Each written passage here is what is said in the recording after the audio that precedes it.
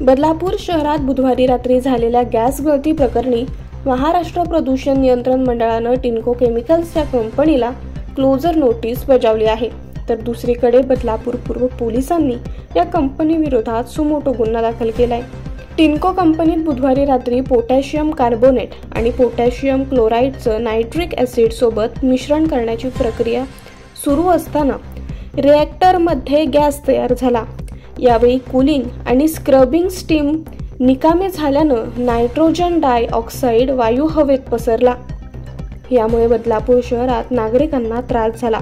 मात्र कंपनीने याची कोणतीही माहिती प्रदूषण नियंत्रण मंडळाला दिली नाही, असा ठपका प्रदूषण नियंत्रण मंडळानं कंपनीवर ठेवलाय।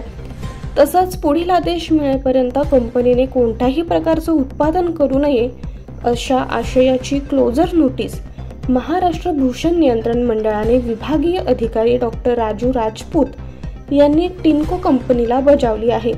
तर दुसरीकडे या कंपनीविरोधात बदलापूर पूर्व पोलिसांनीही सुमोटो गुन्हा दाखल केल्याची माहिती वरिष्ठ पोलीस निरीक्षक किरण बालवडकर यांनी दिली आहे।